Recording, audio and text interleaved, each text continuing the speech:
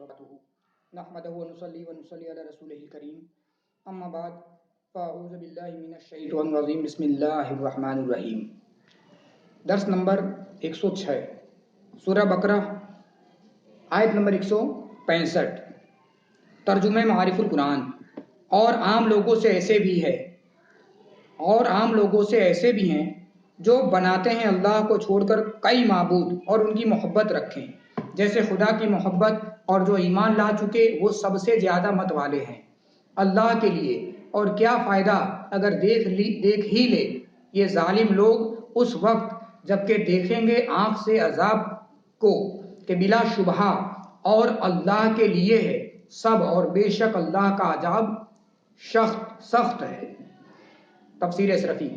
عقل سلیم یعنی صد بدھی رکھنے والوں کو یہ سمجھنا دشوار یعنی مشکل نہیں کہ اوپر ذکر کی ہوئی 6 نشانیوں میں سے ہر ایک نشانی خدا کے وجود و قدرت اور اس کے علم و حکمت، نیز اس کی رحمت و رافت پر برہان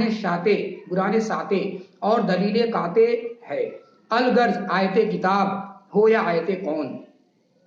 صرف انہی کے لیے ہے جو اپنی خواہشات نفسانیہ سے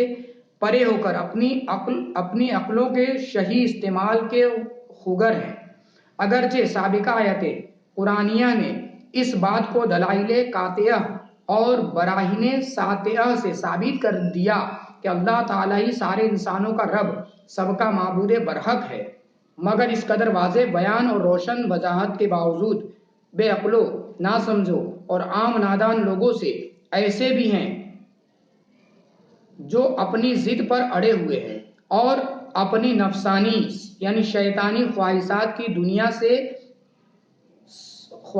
کی دنیا سے نکالنا نہیں چاہتے اور اللہ کے غیروں اور اللہ کا شریک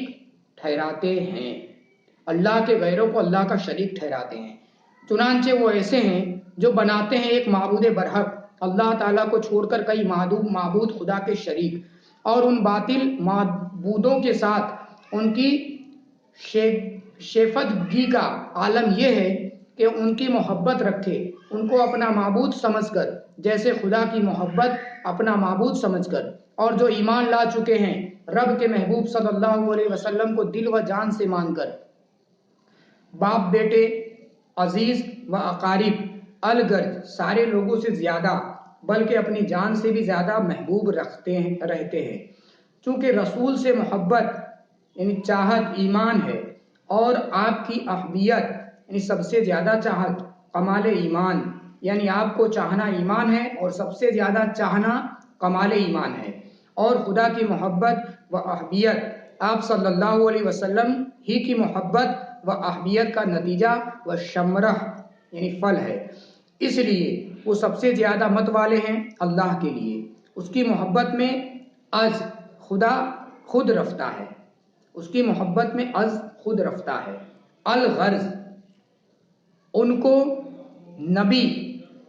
نبی کریم کی محبت اور آپ کے چاہنے نے خدا کی محبت اور اس کا چاہنے والا اور نبی کریم کی احبیت، اور آپ کو سب سے زیادہ چاہنے میں خدا کی احبیت اور اس کا سب سے زیادہ چاہنے والا بنا دیا۔ رہ گئے غیر خدا کو خدا کے شریک کر دینے والے۔ اگر وہ دنیا میں عذاب و مصائب دیکھتے وقت جان لیتے کہ سب قوت اللہ ہی کے لیے ہے اور اللہ سخت عذاب دینے والا ہے تو اللہ کے لیے شریک نہ بناتے۔ یوں ہی اگر یہ قیامت کا عذاب دیکھ لیں گے تو اتنا تو سمجھ ہی لیں گے کہ تمام قدرت اللہ ہی کے لیے ہے اور بے شک اللہ سخت عذاب دینے والا ہے۔ یا اگر یہ دنیا ہی میں اس عذاب کو دیکھ لیں جسے قیامت میں دیکھنا ہے تو اللہ کو تمام قوت و قدرت والا اور سخت عذاب دینے والا سمجھ لیتے اور اس کا اقرار کر لیتے۔ اسی طرح اگر مشرکین جان لیتے کہ تمام قدرت اللہ کو ہے، نہ کہ ان کے خود ساختہ یعنی بناوٹی معبودوں کو، اور یہ بھی جان لیتے کہ ظالموں کو کس شدید یعنی سخت عذاب سے دوچار ہونا پڑے گا، تو ان کی حسرت و ندامت یعنی شرمندگی کی انتہا نہ ہوتی۔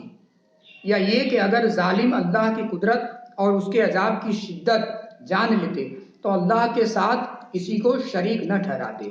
یا یہ کہ قیامت کے دن کے عذاب کا مشاہدہ کرتے کہ اس وقت جس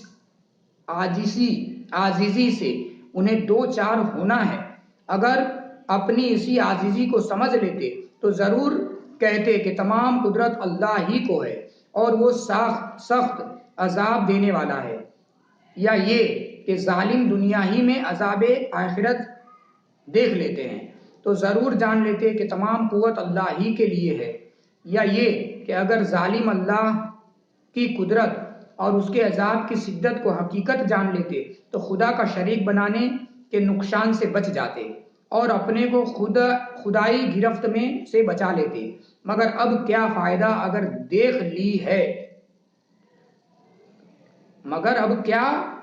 اگر دیکھ ہی لے اور اچھی طرح جان لے، یہ ظالم غیر خدا کو خدا کا شریک ٹھہرا کر اپنے اوپر ظلم کرنے والے،